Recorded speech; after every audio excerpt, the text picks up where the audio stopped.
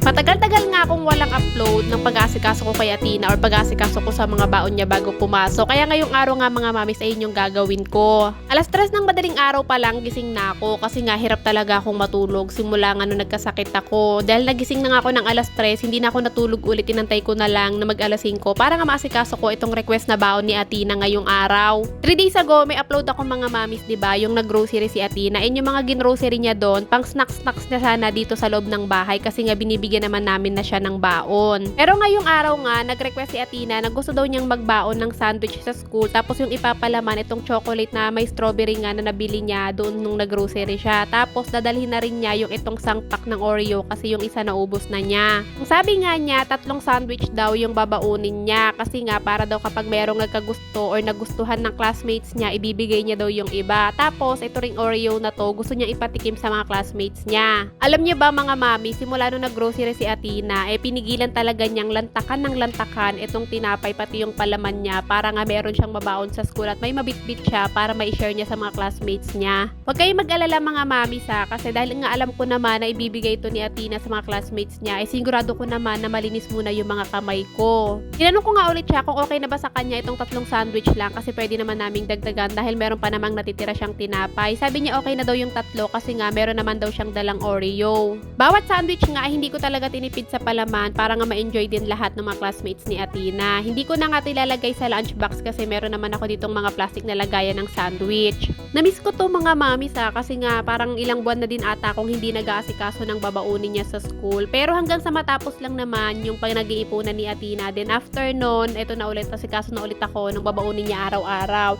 Kapag meron kasi siyang binabaon na sandwich or di naman kaya kanin, hindi siya pwedeng magpera. Tapos sa drinks naman niya, tubig lang yung kailangan niyang inumin. Alam ko nga na meron na namang magtatanong kung saan ko nabili yung lagayan ng sandwich. Sa Orange Shop ko nabili yan mga mami. Si-search nyo lang, cookie packaging, tapos marami nang lalabas ng iba't ibang klaseng packaging. Marami ding iba't ibang design yan. Actually, matagal ko na kasing nabili yan nung grade 3 pa lang si Athena. And hindi pa siya ubos hanggang ngayon kasi mas madalas siyang magbaon ng kanin kumpara sa sandwich. Hinugasan ko na rin yung tumbler niya tapos naglagay na ako ng tubig na galing lang sa jug. Kasi si Athena pala mga mamis ay hindi siya mahilig sa mga malalamig na inumin. Hindi siya mahilig sa yung mga yelo. Kapag yung drinks niya o yung iniinom niya merong yelo, papatanggal niya yun or di naman kaya papatunawin niya yun hanggang sa mawala yung lamig. Kanina ako nakita niyo naman habang nag-asikaso ako ng babaunin niya, siya ay nakaligo na. Tapos ay nakapag-asikaso na siya ng sarili niya. Dapat ako na din talaga ang maghahatid sa kanya kasi si daddy ramdam ko na antok na at nakatulog na nga dito sa sopa abang nag-aantay. Pero sabi ni daddy siya na lang daw.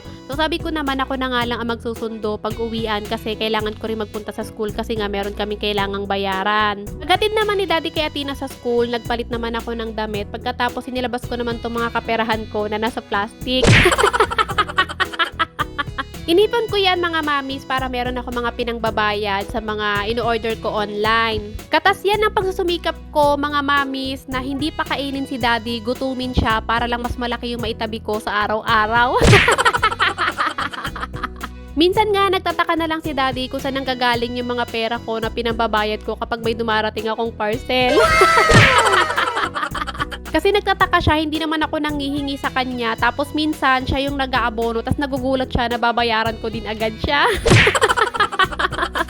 Pagkatapos ko naman masigurado na tama yung ipon ko para nga pag dumating yung parcel, wala ako, si daddy na yung magbabayad or si daddy na yung bababa. Lumabas na nga ako kasi kailangan ko naman nang bumili ng uulamin namin ng tanghalian hanggang panghapunan na. Dito na nga ako nagpunta sa Kai Mall kasi dito na ako bibili ng uulamin namin. Meron naman talaga nagtitinda sa may labas ng gate, kaya lang mga mamis, mas mahal pa yung presyo ng mga paninda nila kumpara dito sa Robinson or di naman kaya sa Pure Gold. Kaya mas okay na dito na lang ako bibili. Di na muna kasi kami nagpupunta doon sa palengke kung saan kami namimili or namamalengke kasi nga mga mamis, kahit madaling araw kami umaalis dito para mamalengke, nagta-traffic talaga doon sa dinadaanan namin. Lalo na nga ngayon na malapit ng mag-December, malamang mas lalong sumisikip yung daan doon papuntang palengke. Isa pa naman talaga sa iniiwasan namin ni daddy ay yung matagalan kami sa labas kasi nga pag tuwing lalabas kami, lalo na pag pupunta kami doon sa palengke, naiiwan lang si Athena mag-isa dito. And ayun yung ayaw namin, yung matagalan kami sa labas. Kaya ngayon, pag gusto ko magluto ng ulam, nagkatsaga muna ako na dito na nga lang muna bumili ng mga gusto kong lutuin na ulam. Pero sa January naman, siguro hindi na ganun ka-traffic pwede na ulit kaming mamalengke doon. Natapos na nga akong bumili ng uulamin namin. Naka 247 pesos ako pero hindi pa kasama dun yung sibuyas, bawang pati yung bell pepper kasi wala na kami nun stock sa bahay. Sa mantika at bigas naman, meron naman na kaming stock sa bahay kaya yung mga sibuyas at bawang na lang yung walang stocks kaya bibili na lang ako dito nga sa may binibilhan ko lagi. Dumaan din pala muna ako dito sa pharmacy para bumili ng Bactidol kasi kailangan ni daddy to kasi nga may singaw siya. Ginagamit niya to pang mumog sa umaga tsaka bago siya pumasok sa trabaho. Nung nakauwi naman ako dito sa bahay, nakapagsaing na talaga ako bago ako lumabas kanina. Tapos sinimulan ko na nga nalutuin tong ulam kasi nagmamadali na ako at kailangan ko nang lumabas at magpunta sa school nila Atina. Chicken na fritade nga pala itong lulutuin ko ngayong ulam namin mga mamis. Dapat talaga sinigang na manok kasi never pa ako nakapag-try ng sinigang na manok. Tapos nag-crave din talaga ako sa sitaw at saka sa kangkong.